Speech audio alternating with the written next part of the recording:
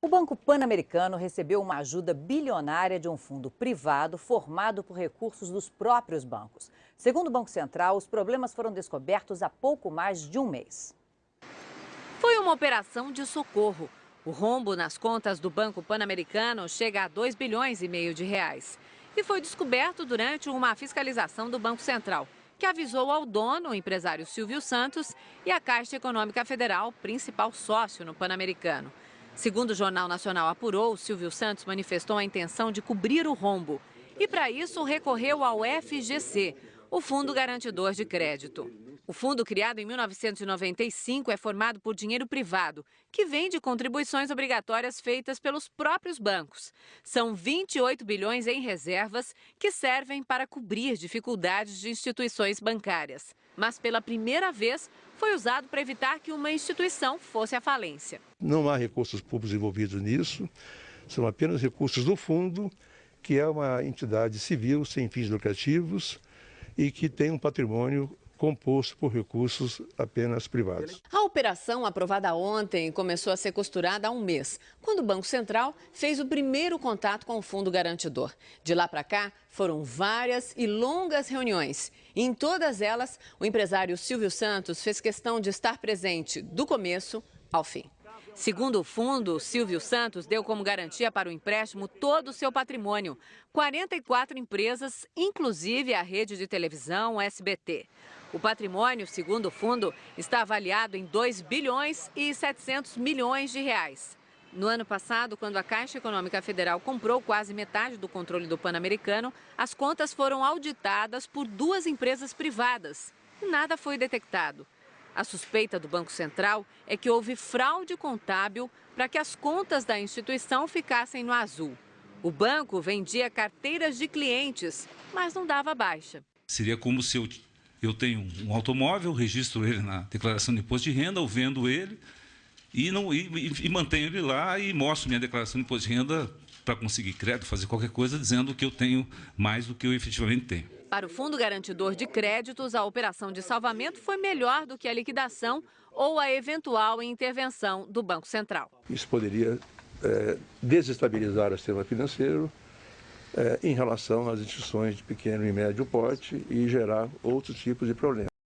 Silvio Santos causou frisson no final da manhã desta quarta-feira entre jornalistas que acompanham o Palácio do Planalto ao chegar caminhando à sede do Poder Executivo, carregando uma mala para se reunir com o presidente Lula. Esbanjando bom humor, o empresário e apresentador tirou fotos com jornalistas e se deixou fotografar, inclusive, pelos celulares de alguns repórteres. Ao ser questionado se seria recebido por Lula, Silvio Santos brincou: "Vamos ver se ele me recebe." Em seguida, afirmou que o motivo da visita era segredo. Silvio Santos também brincou com jornalistas, perguntando a eles se já tinham um palpite sobre quem ganharia a eleição presidencial. Na agenda do presidente Lula, constava encontro com Henrique Meirelles, mas para receber Silvio Santos, Lula cancelou o encontro com o presidente do Banco Central. É possível ver um objeto branco que parece uma bola de papel atingindo a cabeça do candidato, que sente o impacto e olha para o chão. Ele continua a caminhada. Houve mais tumulto.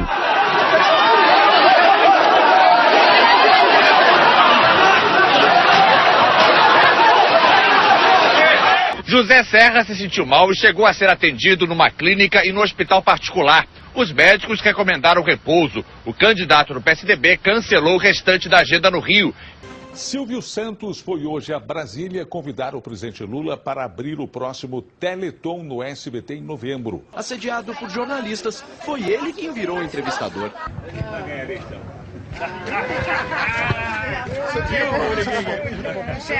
Hoje o encontro com o presidente foi mais rápido. O assunto foi uma reunião que não estava prevista na agenda oficial de Lula. E quem era o convidado? O advogado e ex-ministro da Justiça, Márcio Thomas Bastos. Aquele advogado famoso. Márcio Thomas Bastos. Ele estava lá quando eu entrei. Quem como eu conhece o Lula antes de ser presidente, antes de ele ser... Eu entrei para ver se ele dava 12 mil reais. Porque é o último ano dele na presidência. Também esse ano o Teleton comemora 12 anos. Então eu falei, presidente, o senhor precisa dar R$1.000 todo ano, que é a última vez que o senhor vai dar, né? Então 12 mil reais o senhor dá e faz a abertura do Teleton.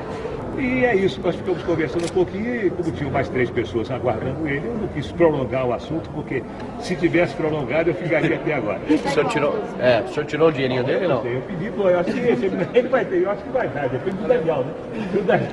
Eu pedi a ele R$1.000 por ano. Vou fazer 12 anos no Teleton, é o último ano dele. Se ele não der os 12 mil agora, no ano que vem não vai dar, porque ele não está aqui. É mais fácil dar enquanto está na presidência do que... Não, é a última política. E outro tipo de negócio? Silvio, depois que o Lula deixar o governo... Mas que negócio? O senhor é nome de negócios.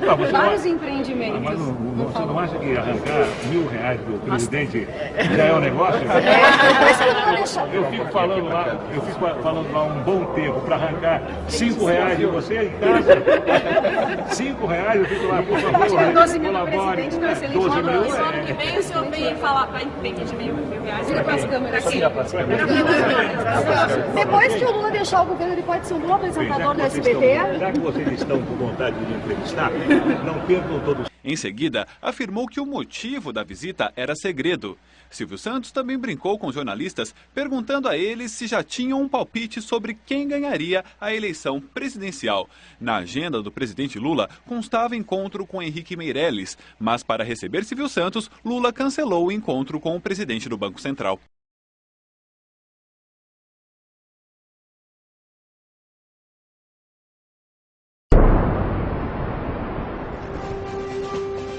Muitos aposentados do INSS estão aproveitando os benefícios do empréstimo com desconto em folha, que só o Pan-Americano tem.